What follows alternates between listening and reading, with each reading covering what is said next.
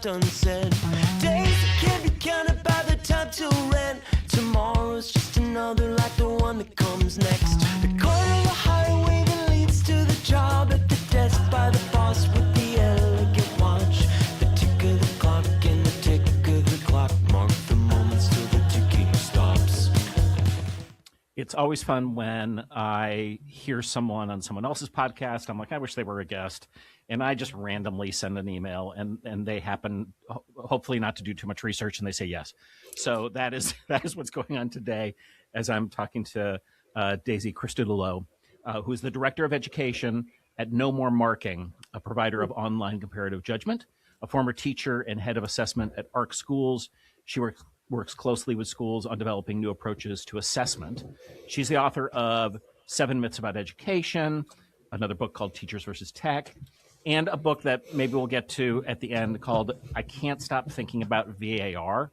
And for those of our sort of U.S. listeners who might not know what VAR is, it's very similar to what you're seeing in contemporary baseball with the balls and strikes that are getting challenged or not challenged, which I think is a whole other fascinating thing. And I think not unconnected to the other two books, but we'll get to that. So you'll enjoy the pod.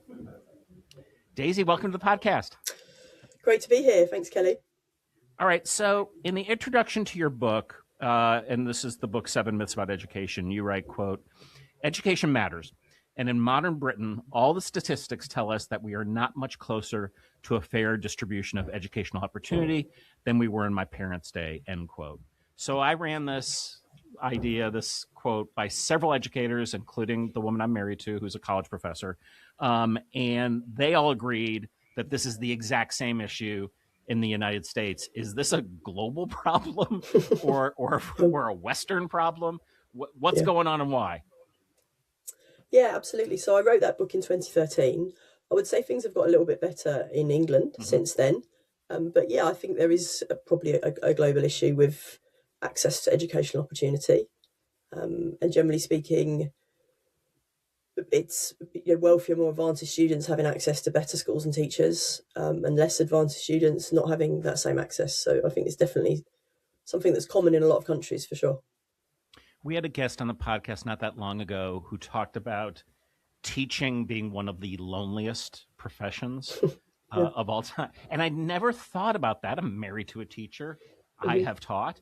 But in fact, often that's exactly what's going on because you're by yourself and there's not much support system. And you even talk about teacher training being something that is maybe not all that great. Yeah, absolutely. So I taught as well. I taught English at what you would say, I think, high school, age 11 to 18. I taught for 4 years. And it is lonely. I remember we have these teaching assistants in the UK, so sort of another adult in the room. And I remember when I started out, I used to really like having a teaching assistant in the room, just another adult there to help you out. But a lot of the time you are just on your own with a class of children. Yeah, and especially when you're starting out taking on a new class, it can be really lonely. It can be quite frightening. It can be really tough. So yeah, I think it is lonely, and I'm definitely someone who thinks that I don't think teacher training, not just in the UK but in the US and in a lot of countries, I don't think teacher training necessarily does the best job that it could do of preparing new teachers to teach. So I think there's a lot of room for improvement there.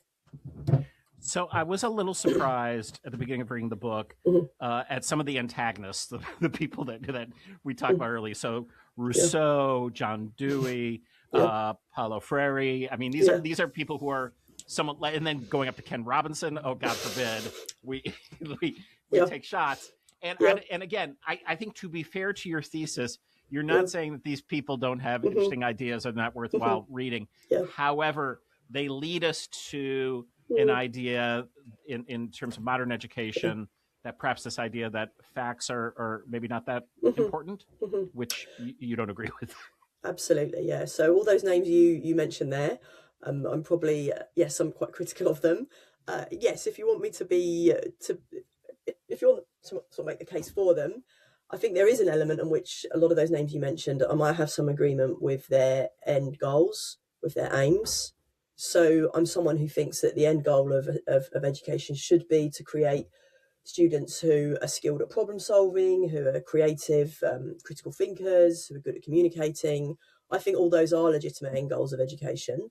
And I think there's a fair case to say that perhaps in the past, education's goals have been too narrow. So I would agree in a more expansive kind of end goal of education. I think where I differ from those thinkers that you mentioned and what I was writing about in Seven Myths is that I think that in service of those goals, I would argue that you need facts, you need to remember things, you need facts in long-term memory. And I think all of the thinkers you've just mentioned have a very negative attitude to knowledge and to memorization, which actually makes it harder to achieve their aims. Why? What is it the idea that this stuff becomes rote, that like times will change, facts will change, or are those all the reasons that people might eschew this idea of knowledge being taught? Yeah. So I think if you go back, and obviously Rousseau, we can go back centuries and we can to look at these arguments. So if you go back to Rousseau, I think he's saying that if you're the traditional schoolroom where you're trying to stuff facts in a student's head is actually very oppressive and it's going to stifle their faculties rather than liberate them. That would be his argument. I would then say you've got more modern arguments where people will bring in the technology that you talked about. So people will say, there's no need to learn facts anymore because we can just look them up on a smartphone. So when I started teaching, smartphones were just coming in and Google had been around for a while and everyone was saying, well, you don't need to learn facts anymore. You've got a smartphone. And now I feel like we're 15, 20 years on and everyone's saying, well, you don't need to learn facts anymore. We've got large language models. You can just ChatGPT it. And what I'm trying to say is that all of these arguments, kind of the Rousseau, the smartphone, the large language model, all of them, what they don't take into account is the cognitive architecture of our minds, the way that we think and reason. And so I'm not trying to make really necessarily a political argument. And in some ways, Rousseau, we can forgive him because he didn't know this stuff, because we didn't have the research then to know how our minds work. But we do know now. So we don't have the same excuse to be as ignorant as Rousseau was. We know a lot about how the mind works. And what we know is that every time we think about something, when we're trying to solve problems, when we're being creative, when we're thinking critically, we are really dependent on the knowledge we have in long-term memory. So we're not doing all those things in a vacuum. And we need that memory, we need that long-term memory to be fluent, to be able to recall it fluently, and to not get bogged down. And even the little bit of friction that is introduced by looking something up on Google or on an LLM actually gets in the way of fluent thinking. And you can think of this if you're reading a passage and you don't know 1 in 5 of the words. Sure, you can look up 1 in 5 of the words, but are you really going to understand it as well as someone who knows what every word means? I don't think so. There was an article in The Atlantic I read last night, and it's a professor who was so tired of his classes not reading books that he was like, look, I'm actually not going to give you tests. I'm just going to ask you to finish like these 4 books. And they did. They did so willingly. They were very happy with it. They read The Great Gatsby to the end. And I thought about this with regard to my own education. And I remember getting pulled out because I was like one of those classic I didn't do great in high school, but also like I would ace the English class. Like suddenly they'd be like, why are you interested? And I remember I had a teacher, these 2 teachers pulled me out. Were like, we're going to pull you out of this class. You just need to read Les Miserables, Faust, and a 3rd book, and I forget what it was, and then talk to us about it. And I'm like, this is the best. And it really sent me in terms of a wonderful sort of educational path. And before we started this podcast, and you were sort of asking me, like, what do you want to talk about? This is how it relates to my world, which is, I know improvisation feels like magic. They go up there, they have nothing, they take the suggestion from the audience. But here's the thing that those 6 performers do have: everything they've ever learned in their life. And that is what they draw upon to create these things that seem like magic, when really all they are is regurgitating things that you probably know. And the reason I know you know is because you laugh at it. And you laugh at it because you recognize it. No one is laughing at something that they don't recognize. So there's a shared knowledge that comes out as surprise. And we certainly have to push that agenda on our students, because a lot of the reasons they chose improvisation is because they didn't want to memorize the script that they'd have to do as a straight actor. Yeah. So this feels very analogous to what goes on in the classroom. Absolutely. I definitely agree with that. And I think you put that nicely about laughter. deriving, if you like, from shared knowledge. Deriving, it has to be something shared, and the laughter comes from you recognizing something, absolutely. Or the laughter can come actually from you upending what you're expecting. But the That's right. expectation is itself a form of knowledge, right? A Yeah, form of, but again, you only know it because you know the other thing. Exactly. So that's absolutely right. And I think improvisation is a bit like creativity.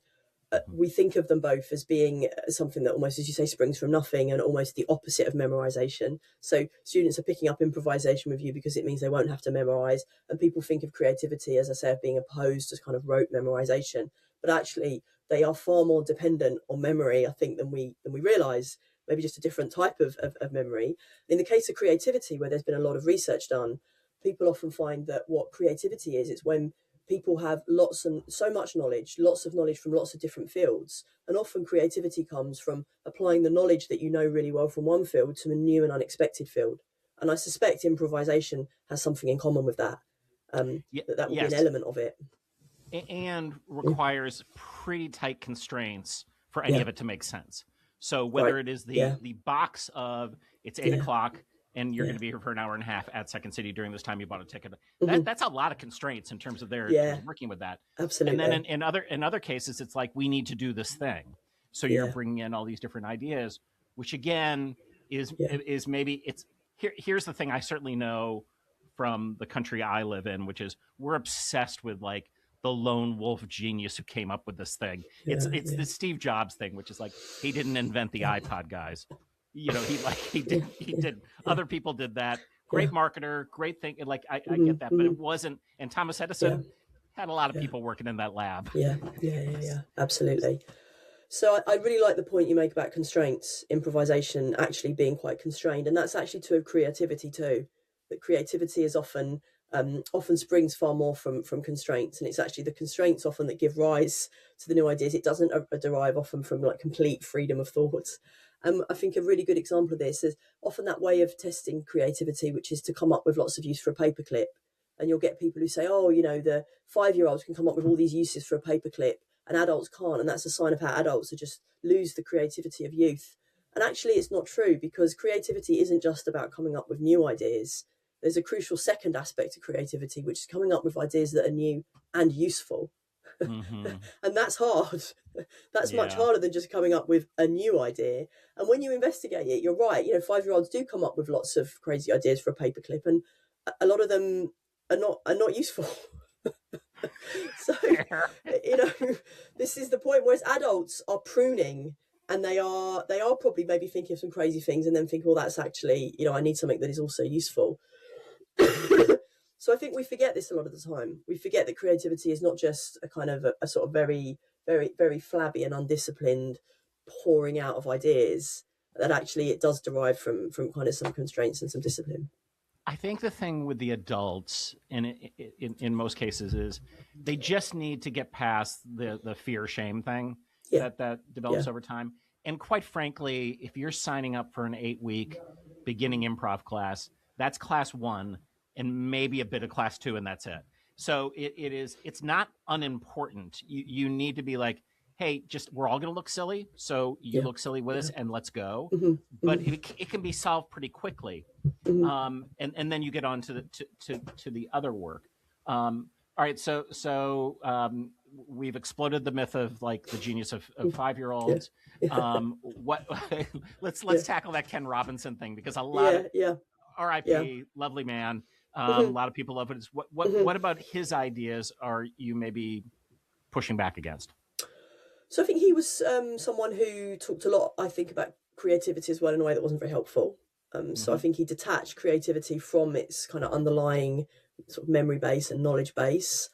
I think he spoke a lot about schools killing creativity, and again, I'm not convinced by that. I think that the major and fundamentals job that schools do in our society, and it's not the only job, but a really important job that they do, that they were kind of originally set up to do, is to teach basic literacy and numeracy. And I do think those are the foundation of so much else, not just creativity, but so much else. And I think, as I said to you before, I'm not saying schools are perfect. They could be doing a better job, but there are lots of ways in which they're not doing a terrible job at that basic task. And I actually think also, and this is something where I would say probably changed my mind a little bit. I was capable of being a little bit critical of schools. I said in my book, actually, the opportunity schools give are not evenly distributed. But I think actually we all saw in COVID, when you don't have schools, actually what happens? Do you get students who are just at home doing amazing creative projects and flourishing in all kinds of different ways? I think we didn't really see that universally. I think we saw a lot of parents and children who were actually really desperate to get schools open again and get back into schools. And I realise, obviously, there's maybe there are more experiments taking place now, new ideas, but I don't think actually anyone sort of looked at that and thought, yes, this is a golden age we want to kind of be replicating everywhere. So I don't think schools do kill creativity. I think that's the title of Ken Robinson's most famous talk.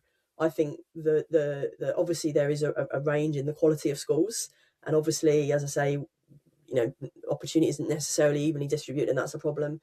But I would say schools at their best do a great job of imparting some really important skills which are necessary for all kinds of flourishing, including creative flourishing. My neighbor Josh is a math teacher, and I remember during COVID, so my wife teaches college. I was doing a lot of like talks from the home. Zoom was very helpful that way. So Josh teaches math, and I remember him. I'm like, "What are you doing?" And he was going out to his car. He's like, "I'm going to do my lesson in the car today for the kids. We're going to talk about, I'm going to drive around the neighborhoods that they live in, and we're going to talk about mileage, and we're going to talk." It was genius, and the kids loved it. And I'm like, this is, talk about taking a constraint and finding it to work for your advantage, but also and meeting these kids, where they are. And as you talk about this, I get the look. I mean, I did my thesis on the Beat Generation. I'm the youngest of 6 boys. My brothers were all hippies, like fighting the institution, individualism, all that stuff. But honestly, I do, as I'm sitting, we're talking, I'm like, oh, these institutions really taught me well. Every single one of them that I went to through my college, that I rebelled against, that I had issues with. But the library was there, and I read all the books. And so I think that in some regards, this is necessary because we have to fight against our institutions.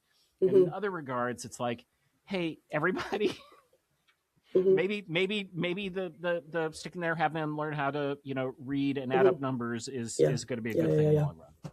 Yeah, I mean, I think that's right. And I think when it comes to institutions certainly can be oppressive and be sources of oppression. For sure they can. But they also can be great sources of liberation. And so you're right. I think, it is good to generally have a healthily skeptical attitude to institutions. But I do quite like that Chesterton's fence idea, that if you see a fence and you don't know, you say knock it down. Before you knock it down, you should get someone to explain kind of what's the purpose of this fence, what's it doing, why was it put up? Because the bulls are going to be running right at you. Exactly. And I think in the case of schools, as I say, I'm certainly, as I say, we should be looking at the flaws with them and the problems with them, the ways we can improve them. Absolutely. But I think we also need to be looking at why were they invented and what would it look like without them? What would we be doing? And as I say, I think they do a lot more than just reading and maths. But I am particularly interested in reading maths because I think they are so fundamental and they do allow for so much else. You were talking about the beat poets. I mean, a classic one people always say about Picasso is he knew the rules before he could break them. Right. I think Ginsberg and Kerouac, they were well read. They knew the rules before they could break them. And by the way, Kerouac's first book is an unreadable classic novel called Town in the City. It was like Tom Wolfe. I mean, he broke a mold, but he knew what he was breaking. Right, exactly. You have to know the mold before you can break it. And I think that's true. It's very obviously true with someone like Picasso, where you look at his early work and it's just, they're astonishingly kind of technically brilliant, kind of classical sort of, the drawing and the painting and the draftsmanship of them are unbelievable. And then you see how he evolves. I think it is kind of problematic when you try to just move to that breaking the mold before students have developed any of the original kind of skill to begin with. I think that is problematic, and I've seen examples of that which I think don't work well. So, and I think actually in this era of AI, we haven't mentioned AI yet. AI bingo. How soon can you go before mentioning AI? Right. I think in this world of AI, I think this is going to become increasingly important because a big thing you hear at the moment is, well, okay, the AI will do the sort of easy stuff for you and it will free up humans to concentrate on the higher order creative work. And I kind of get what people are saying, and there is some truth to that. But the point is, to get to the higher order parts, you have to go through the lower rungs on the ladder. or I prefer to say the sort of the more fundamental skills as opposed to the lower, because that makes them sound like they're lesser, and they're not. And actually, it's through the ability to be able to read and write and to Yeah. acquire those basics that we're able to then do all the things like questioning and interrogating and inferring the results we're getting from a large language model. So yeah, I think these institutions do play a role in giving students these fundamental skills. So my wife runs a comedy major. So one of the things she teaches her kids constantly, especially in the writing portion of her classes, is you're going to be you need to make lists of observations that you've got every single day that you will then incorporate.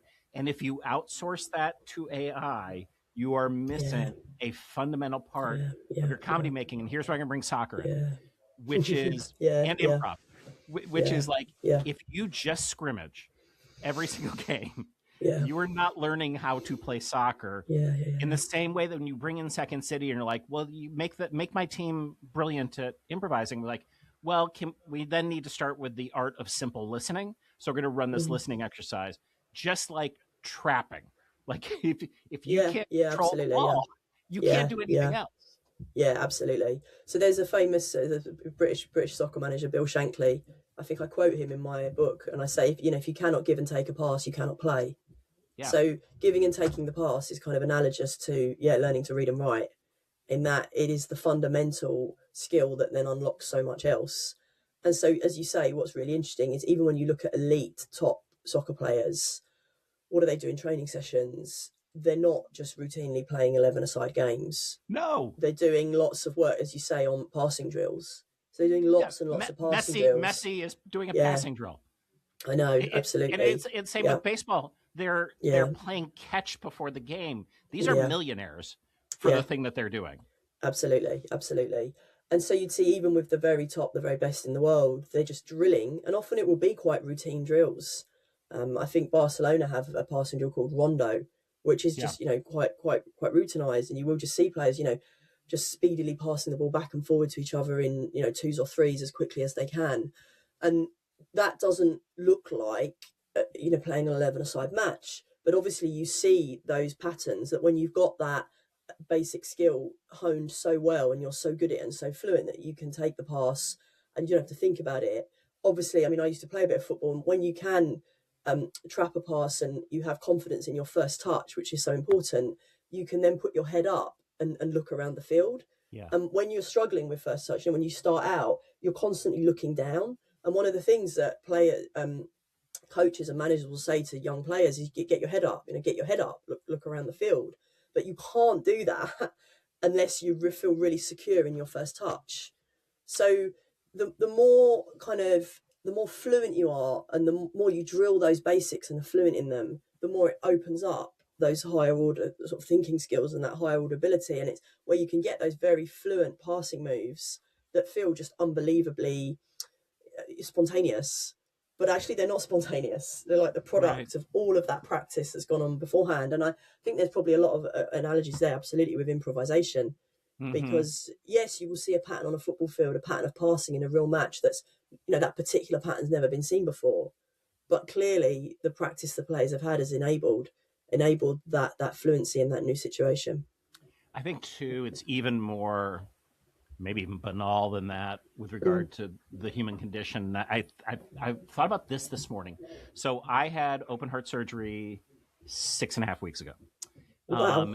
Right. Great effort. And so new valve, new aorta. And what I realized this morning was I was able, first of all, getting out of the shower to dry myself all the way down without hurting. And I was looking up. And I realized too, I was looking down a lot in terms of certainly right after surgery. And then as I'm gaining confidence, and I'm like, oh, that's interesting. That's because of course, I mean, this is a pretty major thing done to myself, yet we're all dealing with that, whether it's an internal thing or an external thing or of all that. So the ability to simply keep your head up and survey your options is a kind of gift that maybe only comes with a high degree of practice and maybe privilege and other things. And I don't think we think about all those other things affecting what it is Yeah, to yeah, become absolutely. knowledgeable and wise in Yeah, the world. yeah. And I think what you speak to there as well is that there's a lot of things we take for granted. So actually, until you Yeah, get ill and until you've had the surgery, you take for granted all those normal aspects that you could do normally. And it's sure. only when they're taken away that you go, hang on a minute, I didn't realize how much I depended on this. Yes. Uh, and I think that's true. One of the things I say about background knowledge in particular is background knowledge is what helps us make sense of the world. And often Mm, as adults, we forget we've got it. We know it so well. It's like the air we breathe. Again, you only realize it when it's taken away. And so even just simple things, you read a sentence and there's an unusual word in it, you will just take that for granted. You as an adult, you know what it means, but that will be the kind of thing that a young student who doesn't have that background knowledge or have that vocabulary, they will stumble over and they will struggle with. And a whole text with those, they will just keep banging into them. And that's why they don't enjoy the text and you do. It's not that they haven't got necessarily the ability to really to empathize or to love literature. It's that they just don't know what the words mean often, and so mhm. you have to give them that in order to appreciate it. But it can be really hard because it can be things that we take for granted. So let's talk a little bit more about tech. I didn't. I don't. I remember when Apple did the iPad thing in California. I didn't recognize. I didn't realize it was with Pearson, who we've worked with a bunch. And so basically, in 2013, they provided iPads to students in the LA Unified School District. Basically, everyone, right, got an Yeah, iPad. yeah. How'd that work out? So it didn't go so well. Mm-mm. um, so and I think that's actually, it was LA Unified, which I understand I think are the biggest school district Yeah. in America, so a pretty big project. And I think with there was also an associated kind of a curriculum that was meant to Mm-hmm. be preloaded onto the tablets. There were huge glitches. There were huge issues with the curriculum not being preloaded in the right way. There were lots of teachers, students unable to access everything, and the whole thing was kind of meant to be this enormous breakthrough of how technology could be used in a cutting edge way, and it ended up being a bit of a fiasco, and I think was the cut short and didn't even reach the end of its contracted time. And unfortunately, that's one very high profile, very big example. But unfortunately, when you look at the history of technology in schools, you hit a lot of these examples. You hit a lot of Yeah. examples of technology being used in ways that just don't work out. And so you had that experience when you started in 2007 because you got one of those interactive whiteboards, Yeah, right? That we see. yeah. Did you use it? Yeah, so this is what's really interesting. I did use it, but I didn't really, like a lot of teachers, I didn't really use the interactivity. So this is so these interactive whiteboards, when I started teaching, they were kind of all the rage in Mm-hmm. England. There was a real kind of thing, and the government, the central government made a huge investment in them. And it was really interesting for me because in between me leaving school and starting to become a teacher, it was only 4 years, but in those 4 years, they kind of just taken over the system. So it was really interesting because it was something I'd never seen as a student. But just 4 years later, they were in kind of, I think I put the stat in my book, they were in something like, 78% of classrooms. And what I did do and use, and I think actually is valuable, is I did use it as a projector. So I would have a set of slides, a PowerPoint slides or what have you, and I'd put them up on the projector and then the students could see what was on the screen. But I hardly ever used the interactivity. And I wasn't Mm-hmm. alone with that. And in fact, one study I think I quote in the book shows that there were lots of teachers who just unplugged, they didn't even plug in the interactive aspect to it. And actually, and there were some teachers I worked with, like older teachers, who didn't even realize the interactivity kind of existed. They were just using it as a projector. But obviously, in that case, it was a very expensive projector because it was a hell of a lot more expensive than just an ordinary projector would have been. And yeah, I would say now in England, that was, as I say, they were all the rage in about 2007, 2008. That was seen as the future. I think most schools now have said actually the projector aspect of it is valuable. I think another technology which people use, which I think is more suited to schools and teachers' needs, is a mini visualizer. Mm-hmm. So that's something where the teacher can write on their desk and the visualizer will put that onto the screen. So I think there's absolutely a need for some kind of technology that allows for shared attention on some shared content. But I think the interactive aspect of the interactive whiteboard, it was, a phrase I use again and again about education technology is you have solutions in search of problems. And the Right. interactive whiteboard was an absolutely classic example of a solution in search of a problem, in that it was a really cool piece of technology, and it was quite impressive. I remember seeing it, and it did in 2007. It felt a bit like magic that you could go up with a pen and write on this board and it would write on the screen, but it was not solving a problem that any teacher really had. So teachers did have the problem of, it would be really nice to be able to put something up on the screen so that everyone could see it. Nobody really had the problem of saying, and it would be really good to be able to kind of manipulate that with a pen. That was not really something that was a pressing problem for people. And so, as I say, it never really got adopted and really embedded itself in teachers' practice in that way. So this comes up all the time. We're not anti-technology. We're using Yeah. technology right now to do what we're doing. You have to turn on lights and other things to come see the shows here. But there's often a thing that happens with directors or producers who come in who want to load up a bunch of tech, and I'm sort of like, well, at what point? Because the reason people come here is to laugh, and Yeah. is that going to make things funnier? And I know this is true for me, which is I do a ton of public speaking, and I often get kind of wary sounds or looks when I tell people I don't have a PowerPoint that goes with my talk. And what I try to explain to them is like, hey, for me, I've got really great stories. I've got interactive exercises. We're going to do all that.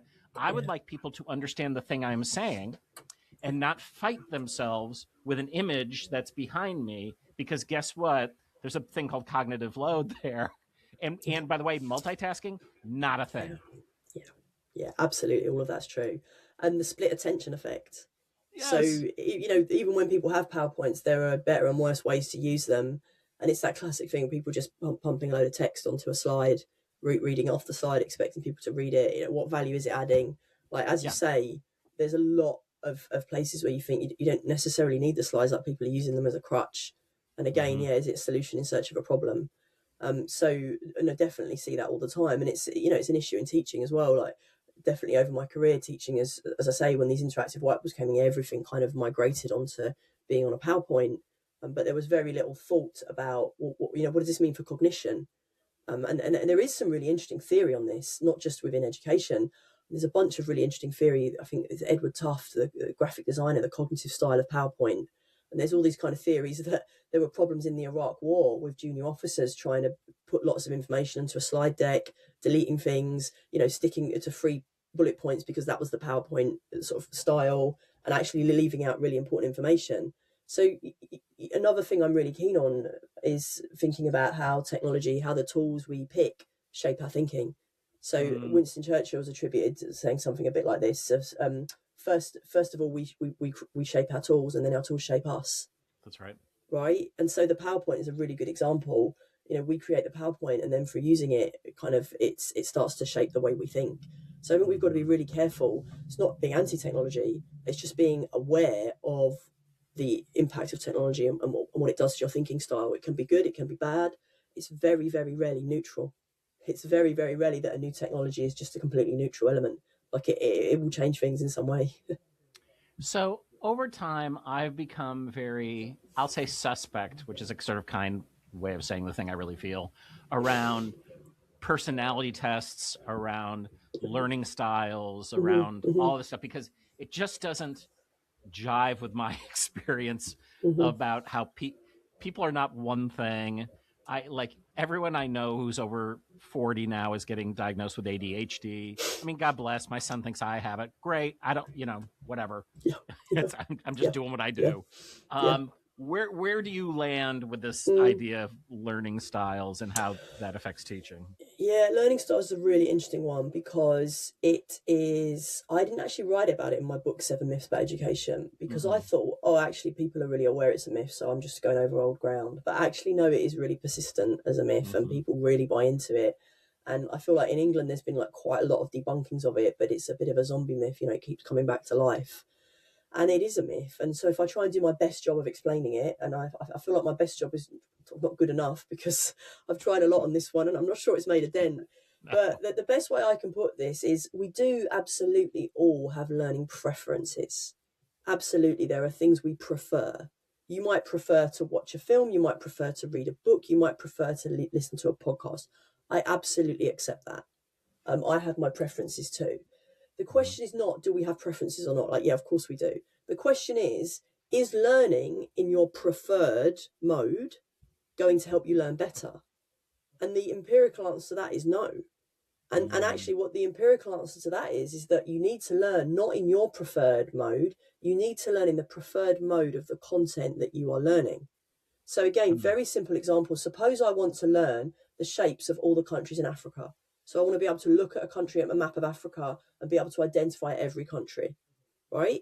That is inherently a visual task.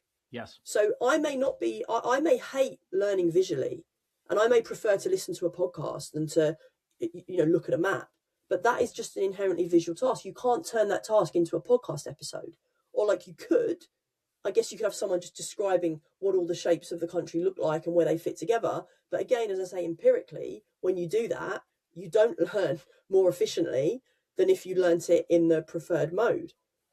And so, as I say, most content has a particular mode which suits it. And we need to be paying attention to that. And you need to be thinking about what is it you want your students to be able to do as a result of this lesson. And what you want them to do will lend itself to a particular mode. So if you are teaching dance, yeah, absolutely is kinesthetic. It is just inherently kinesthetic. But if you want students to learn, I don't know, simultaneous equations, there is not so much a kinesthetic element to that. So you just have to be thinking about what is the content that we are teaching and what is the mode that suits that content. And that is the best way to teach it. I had this conversation with Joe Bowler because I was one of those kids that math seemed beyond me. I'm also a musician. And I was like, oh, if you had taught me math through music, I would have understood it completely. I understand half notes. I understand whole notes. And it was just a matter of like, oh, I had no idea that channel existed for me in particular. And I'm sure there's many other kids and there's probably other channels that then they would understand. And certainly after reading Joe's work, which is like, oh my God, do we teach this poorly? And oh my God, do we use math as a cudgel to keep certain kinds of people down? It's wild. And so I think that sort of supports the thing you're saying as well, which is what's the content? Yes, exactly. And I think the other thing I'm very into at the moment, I'm reading a lot about and hoping to write a bit more about, I write about it a bit in 7 Myths. I talk about transferable skills as being a very plausible idea, but again, one that doesn't have much evidence behind it. And one of the original people who does the research where criticizing transferable skills and saying actually there isn't such a thing. It's an early 20th century, a very pioneering psychologist, E.L. Thorndike. And he does a bunch of research where he talks about identical elements. And he talks about if there are identical elements in a task, you can kind of transfer the identical elements. But beyond that, it's really hard. So if there is like a shared element of knowledge or like, an absolutely concrete, specific, something shared underneath, then that can transfer. So I think, there are aspects of maths and music where I could say perhaps there are some shared underlying specific concrete things, perhaps I don't know about fractions or whatever, where I can see there is something underlying there. But then there's a lot of cases where people are just really forcing things in a very abstract way that aren't there. And so I see a lot of project-based learning where I see very, very tenuous connections between things. So I remember, and this sounds like a parody, but it really was true. Someone saying we're going to do a project on the theme of balance, and everything will be taught through the method of means of balance. And so we'll do balance in PE and we'll do the balance of powers in World War One in history. And I just think you are forcing something there that is not a natural identical element, right? That we have to have something sort of some specific concrete thing that things have in common. Then there are potentially ways we could tease things out, and we can see that will transfer. But when it becomes just so vague and so abstract, that just doesn't hold. Before I ask you for your yes and story, I do want to talk a bit about VAR. So Sure. For our American listeners and viewers, American baseball this year is using ABS, which is automated balls and strikes. Personally, I love it because first, one stat that's become interesting is that over 50% of the time the umpires are correct with their calls, which I think is kind of cool. And when they are wrong, like it's very clear. It's like it's either outside or inside. It's touching the line or it's not touching the line. If you're wrong twice, you lose it. it's defined. In VAR, I would imagine I imagine it's similar with if the ball goes over the goal line. Which, by the way, if that was the case, you would not have a World Cup victory in 1966. I'm very sorry to say. We might have won anyway. You might have won. Yes, you might have won anyway. But like, I thought about this with offsides because I was a center forward. I was called offsides incorrectly 95% of the time. Yeah. In my opinion. It's like, that is like, you can't, there's nothing clean about that. Like, it's like, well, which body part? Is it the shoulder? Is it the arm? And you talk about handballs with the same thing. It's like, all right, well, which is it? So this, you wrote a book about it, which I just think is hilarious. But it's of course, because like, as a fan, you're watching this going, is this really using technology at its best to help this game I love? Yeah, so this is going to be coming soon to a stadium near you because you've got the World Cup in the summer. Yeah. And I am predicting there's going to be some big VAR controversies because what people don't realise is there's some quite subtle but important differences in the way that FIFA, the international body, interpret handball and a lot of the VAR rules, and the way that the English Premier League, which is probably, you know, the most watched tournament, sort of domestic tournament, interpret them. So I think there's going to be a few controversies coming to the US this summer. But you're absolutely right. The original use of technology in football was for goal line technology, which was to say, has the ball crossed the line or not? And that, by and large, has been wildly successful. Yeah. I mean, we're talking about absolutely tiny numbers of errors. It's been going for over 10 years now. It just works very smoothly. But as you say, I think where I was sort of wrong is I thought offside would be like that. I thought it would be as simple to decide who was offside as it was to decide whether a ball had crossed the goal line or not.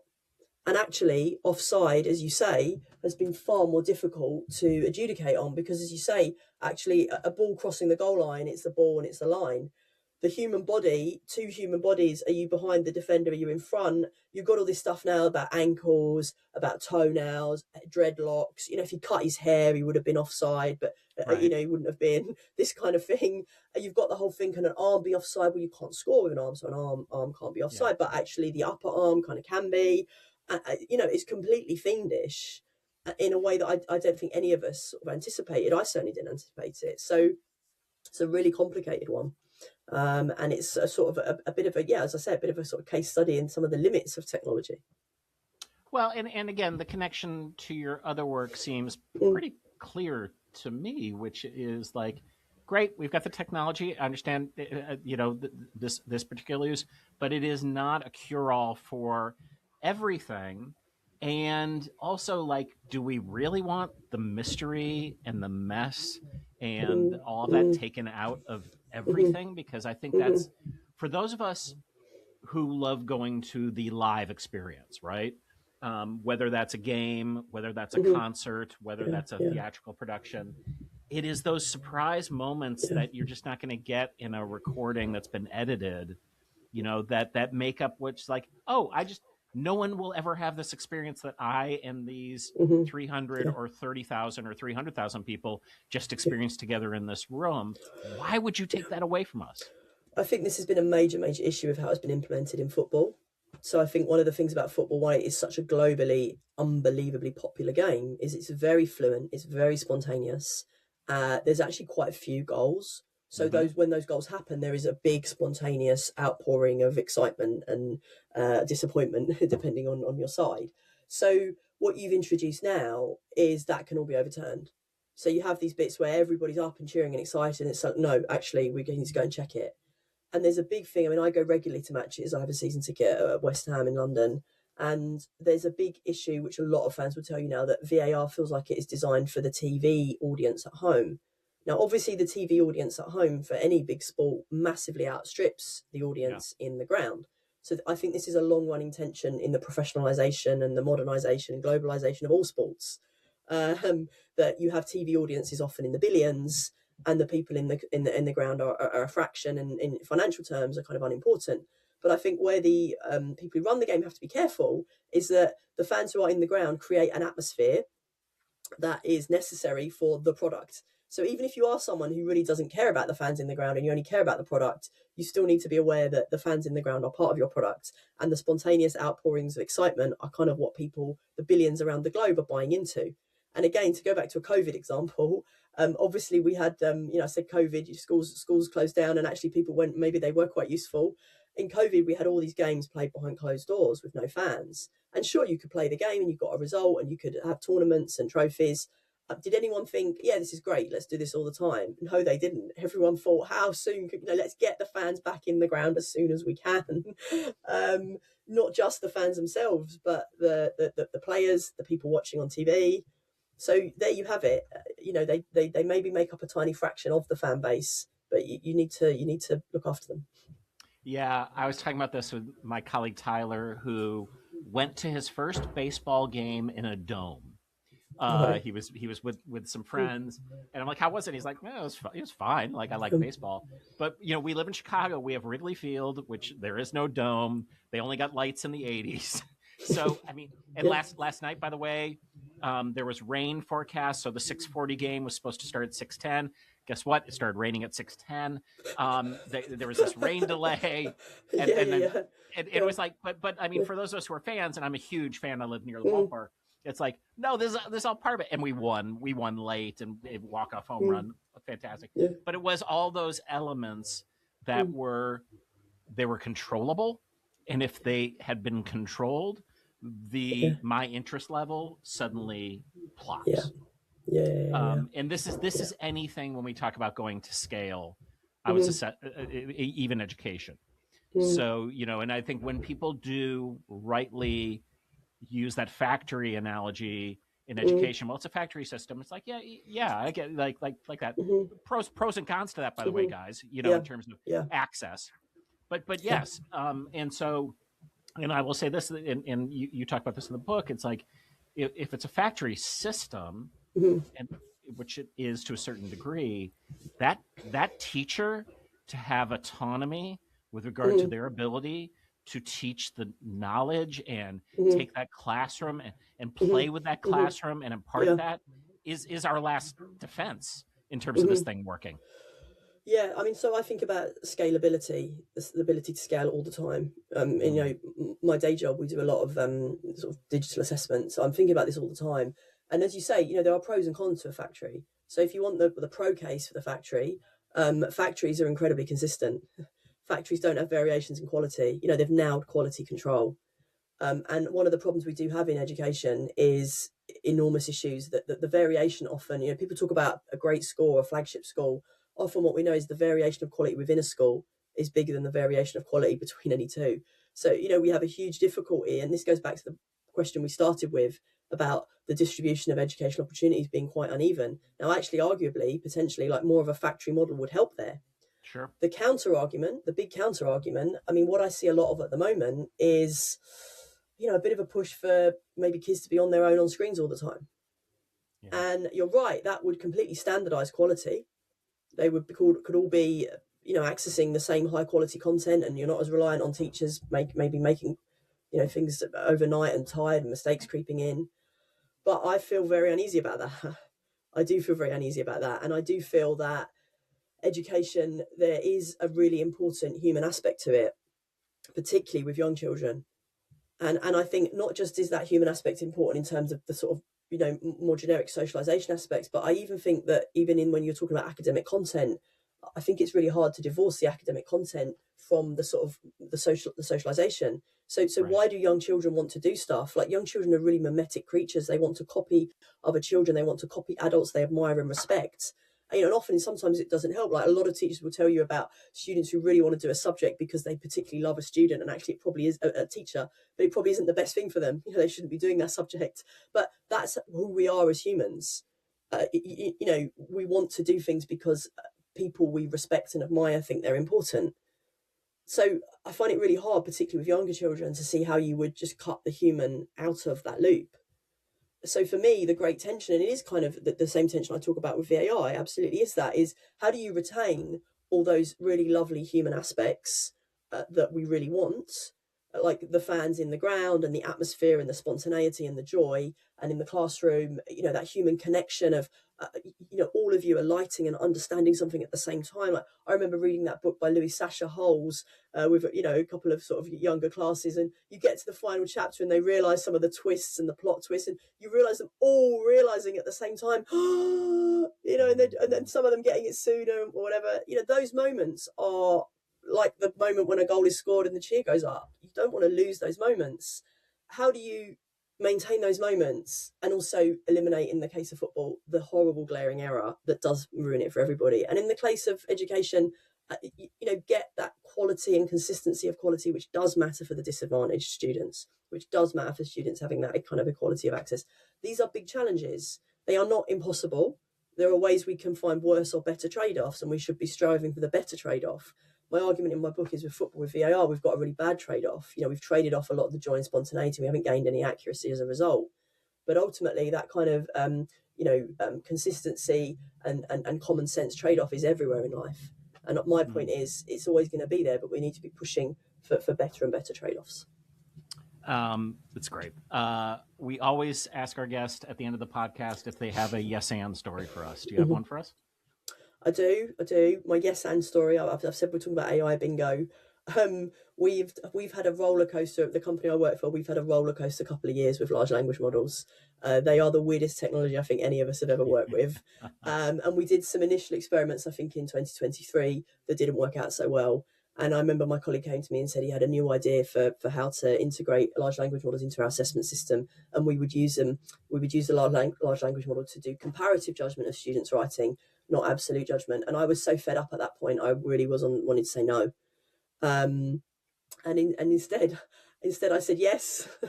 And I said yes, and I was thinking yes, and are there any ways that we can also, if we're going to use the LLM, get it to not just take away from the teacher judgment, but to enhance sort of teacher judgment. So one of the things we did is we did persist with the large language models.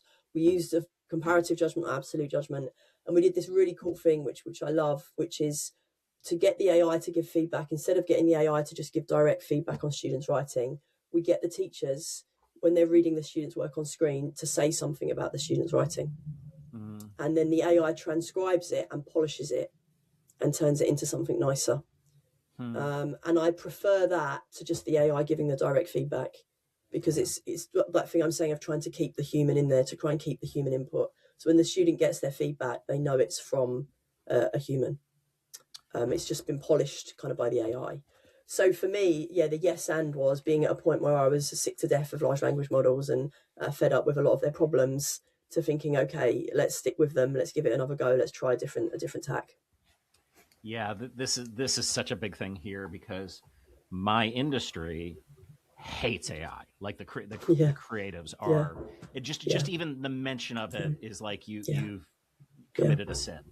And I'm really interested in emerging technology, and and I interview people.